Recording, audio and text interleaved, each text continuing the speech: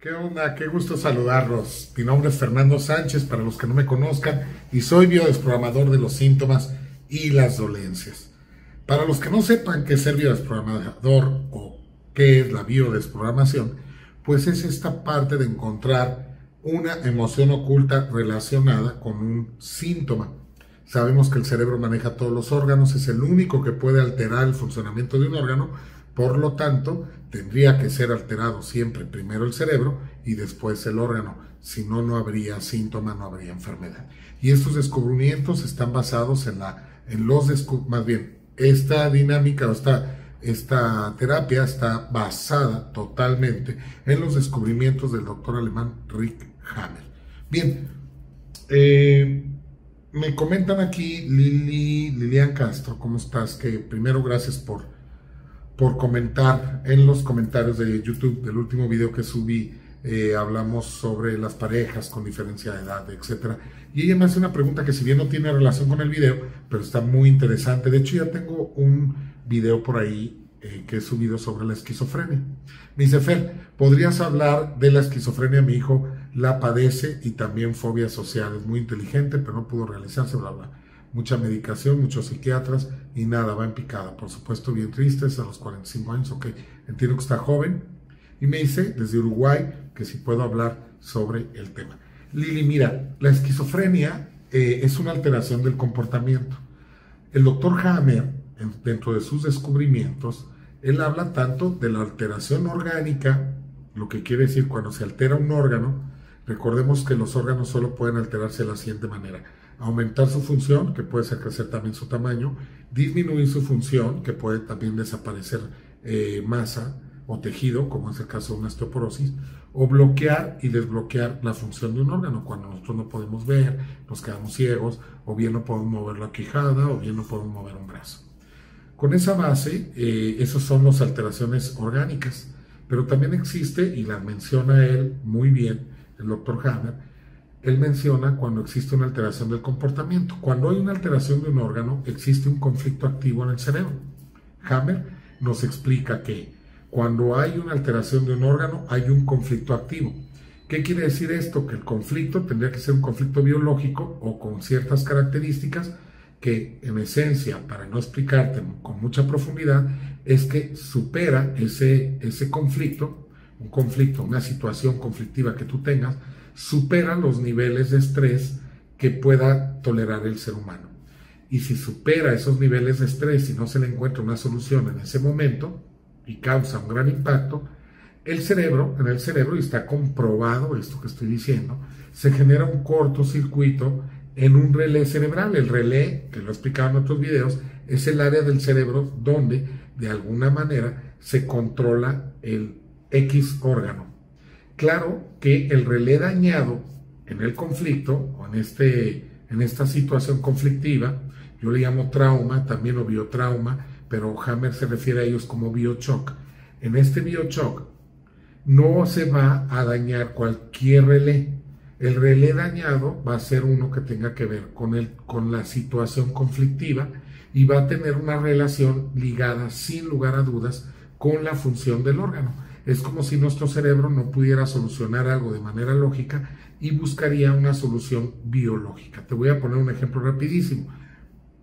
Si yo tengo un miedo a no tener alimento, el conflicto sería el hígado, porque es el encargado de guardar los nutrientes de los alimentos. Pero si yo tengo miedo a no tener, por una situación de despido de mi jefe en ese momento, causa un biotrauma, un shock biológico, y va a empezar a alterar el hígado a partir de ese miedo si yo no lo detengo. Y la alteración orgánica va a continuar mucho tiempo, mientras esté activo el estrés o el miedo a quedar sin alimento por ese despido. ¿Qué va a pasar con el hígado? Va a aumentar su función. Esto va a suceder que empieza a crecer las células del hígado y va a crecer de tal manera para poder almacenar más grasa, como si fuera un almacén, para garantizar tu supervivencia en dado caso que te quedes verdaderamente sin alimento. Recordemos que de los alimentos lo que requerimos son los nutrientes, las grasas.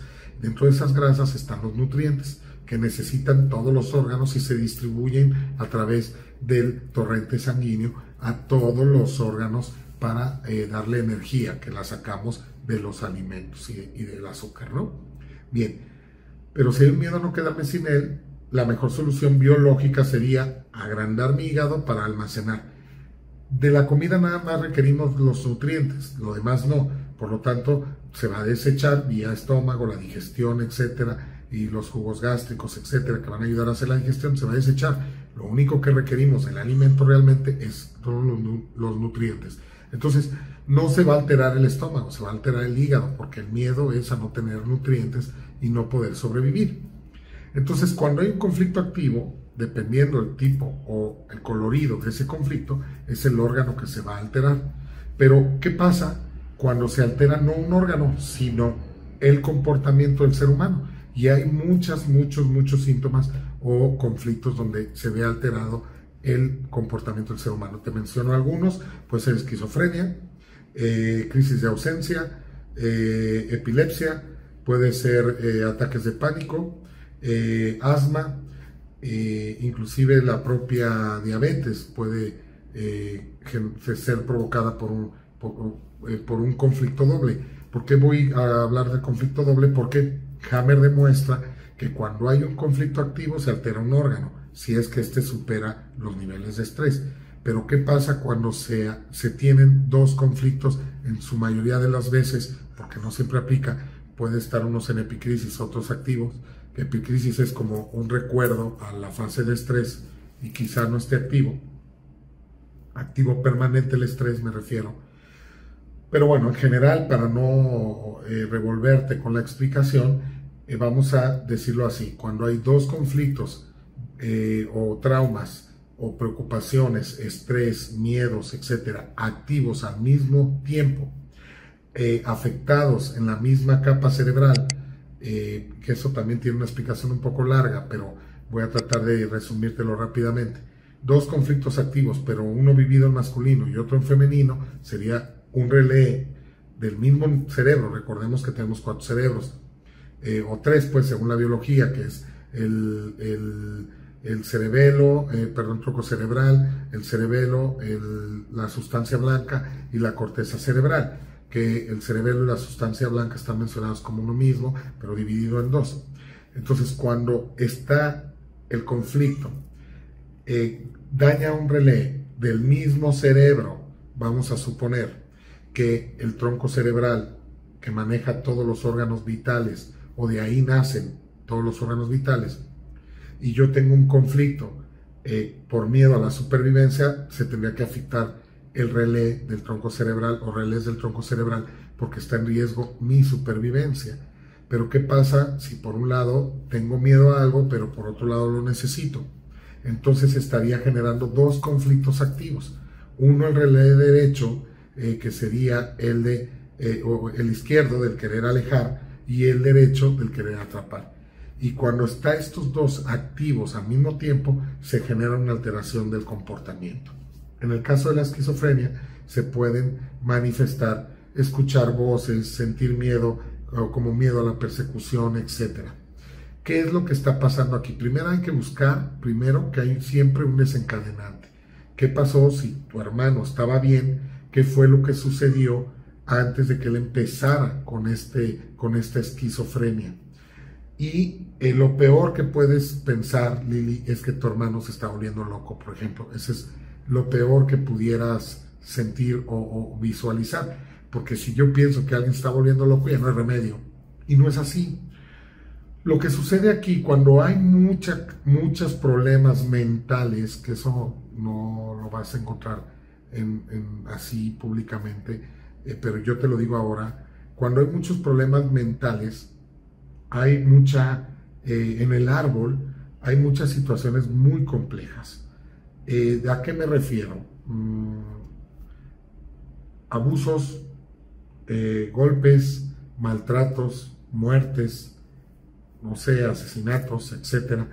Hay muchísima carga, y lo que está sucediendo es que tu hermano, fíjate, por experiencia propia te lo digo, es doble de una persona directamente que trae muchísimos o que vivió muchísimos traumas, y que él es doble. Aquí merece también un tema profundo de explicar, porque el ser doble, te explico que puede ser por llamarse igual que la persona, te estoy hablando de los dobles más comunes, que te digo es un tema difícil de explicar aquí en un video, pero con mucho cariño te doy una introducción para que puedas buscar. O se puede llamar igual, o nació el mismo mes que el otro nació, uno nació en la fecha de concepción del otro, o bien cuando uno murió el otro nació, o sea, en el mismo mes. Eso lo pueden llamar hasta yacentes. Y puedes buscar videos míos donde explico que es un yacente, pero nacen, si uno murió dramáticamente en un pleito y muere en abril, y yo nazco en abril sin conocerlo, y mi muerte fue trágica, o la muerte de mi ancestro fue trágica, eso me va a dar mucha carga de información, y yo voy a tener miedos, y voy a escuchar cosas que el otro vivió. Ojo, lo que oye tu hermano no es causa de una locura. Hay que ver cómo se manifiesta la esquizofrenia. Eso es también un punto que, como no lo sé, no pudiera hablar muy a profundo, no pudiera usar mi imaginación para quizá descifrar qué fue lo que se vivió en el árbol o durante el embarazo. Pero, por ejemplo, si tiene miedo a la persecución, podríamos buscar un policía. ¿Sí me explico? Y mira, lo que te estoy diciendo tiene todo sustento, y además que yo lo he podido experimentar en la consulta, y siempre encuentras la explicación, ya sea en el embarazo o en el embarazo de tu hermano, de tu madre con tu hermano adentro, o bien en el árbol. Entonces, lo peor que puedes hacer es dudar que esa información existe. Entonces, lo primero es ver qué hace tu hermano, qué escucha, para buscar información. Por ejemplo, si tiene información como si fuera un policía y habla de que le van a hacer daño y que lo andan persiguiendo, pues podría ser dos, un ratero o un policía. Entonces ya tienes esa información. Con esa información te invito a que vayas a buscar quién de tus ancestros, tíos, abuelos, etcétera, pudieron haber vivido una situación así. Cuando ya lo tengas, hay que manifestárselo a tu hermano, si es que tu hermano está consciente, porque hay que aclarar que la biodesprogramación funciona, o es necesario que la persona para desprogramar esté consciente, ¿sí? Y ya encontrando quién y pudiéndoselo decir a la persona, porque si no está consciente no vas a poder hacerle saber de dónde viene todo eso para que él desconecte esa información. El cerebro lo que hace es conectar esa información. Por ejemplo, yo he escuchado gente que oye golpes, entonces que buscas si a la mamá durante el embarazo la golpearon, por ejemplo, o una persona era golpeadora. Vamos a suponer que era un delincuente y golpeaba personas.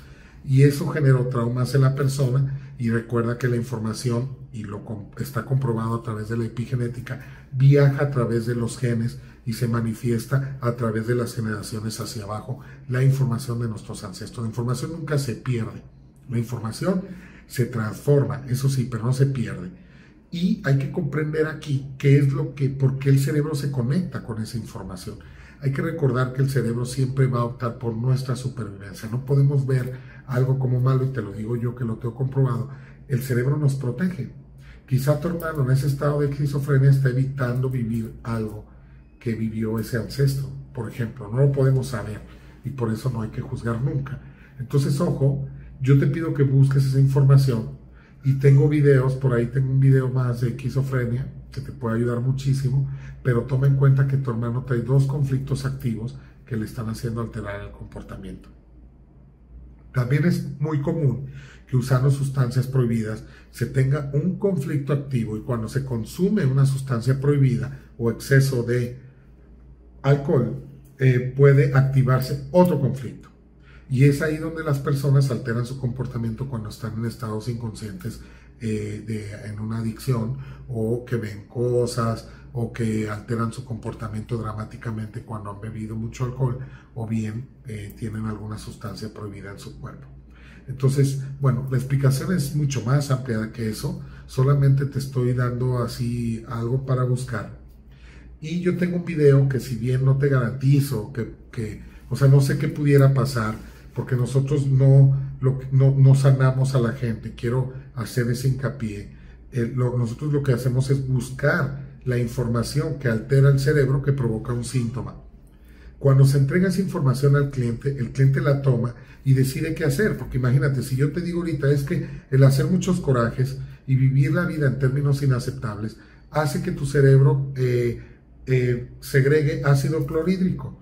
¿Por qué? Porque si el cerebro nota que se te atoró algo aquí, en el esófago, y que no lo puede pasar, como un huesito, un chicharrón o algo que sea muy reseco, muy duro, el cerebro inmediatamente va, por sentido de supervivencia, a aventar ácido clorhídrico para deshacerlo, que es lo que causa la acidez. Pero si yo voy por la calle y veo que un carro se me cruzó y no lo quiero aceptar y me enojo, entonces es algo vivido inaceptable o no digerible. Y el cerebro no hace esa digestión, no hace esa diferencia, no hace esa distinción. El cerebro, si dice esto es indigerible o inaceptable o no lo puedo digerir, entonces el cerebro va a segregar ácido clorhídrico.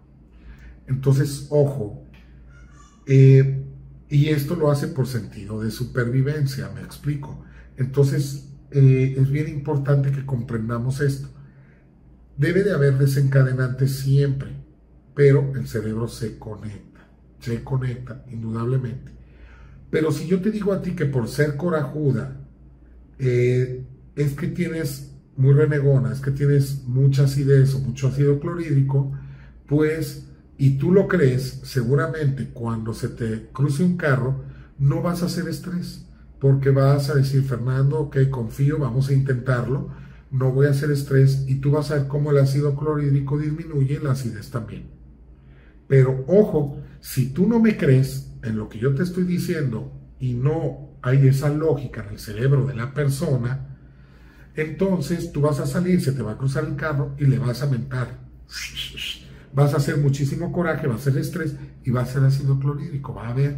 Entonces van a pasar los días y vas a decir, la consulta con Fernando no me funcionó porque yo tengo todavía acidez.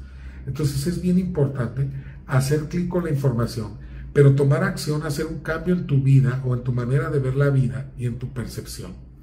Entonces yo te invito a que, si tu hermano está consciente, vea este video de cortar con las historias del árbol.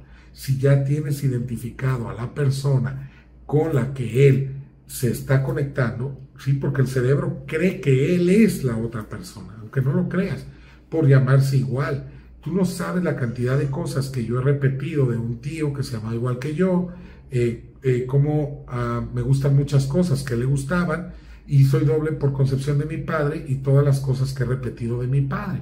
Entonces, lo más importante aquí, Lilian, es, a mí me gustaría que tu hermano, una cosa que me gustaría, otra cosa que se logre, pudiera ver este video de cortar con las historias del árbol y pudiera hacer esta meditación para que el cerebro, lo que hacemos aquí, te digo, pero no depende de mí, necesita tu hermano querer, creer y estar consciente. Si tu hermano hace este video y hace sentir a su cerebro que él no es esta persona, y el cerebro dice, ah, caray, ya comprendí que esta historia no es mía, y logramos que el cerebro se desconecte en esa parte, entonces tu hermano podría empezar a recobrar su propia vida, porque lo que está haciendo aquí el cerebro es conectarse con la vida de otra persona. Evidentemente tiene que tener un conflicto o dos activos tu hermano que le están desencadenando este tema, pero bueno, eso ya sería buscándolo en una consulta o algo, ¿no? Pero lo que yo te puedo decir que la explicación es esa, y sí valdría mucho la pena hacer este ejercicio varias veces, que el cerebro se dé cuenta que aquella persona, cuando se detecte, porque aquí también hay esa parte, hay muchas cosas en el árbol que se guardan con secreto. Entonces, si no se tiene información, imagínate, yo he tenido esta consulta con adoptados. Entonces, ¿de dónde sacan la información? Es muy sencillo, no tengan miedo, pero también lo hace un poco más complejo. Yo me fui a lo que la persona escuchaba. Entonces, basado en las voces que escuchaba, yo pude descifrar quién era el doble. Yo le pregunté al cliente, ¿tú qué sientes o quién sientes que es? Y me dice, yo siento que esta persona es mi padre. Entonces tú te basas en la información que la persona te dice, no la que tú quieres creer. Porque yo he visto muchas personas cercanas a esto que dicen, es esto, y así es.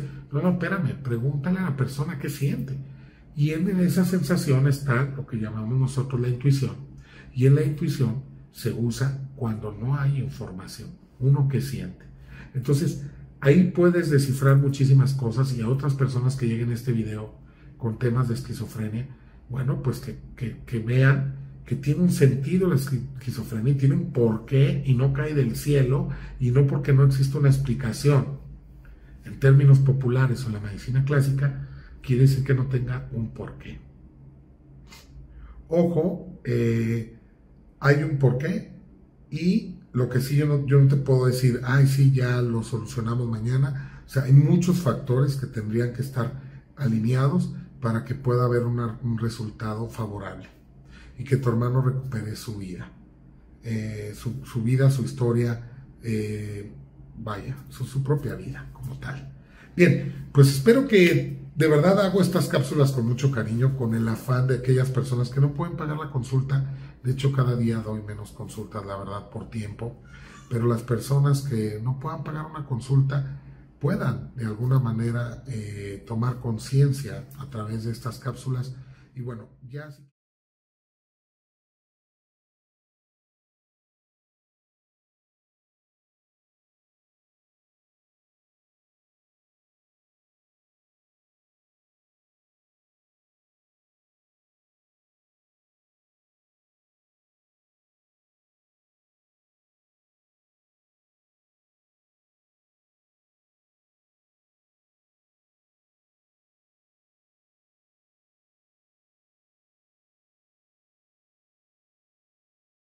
Hola, ¿cómo están? Mi nombre es Fernando Sánchez y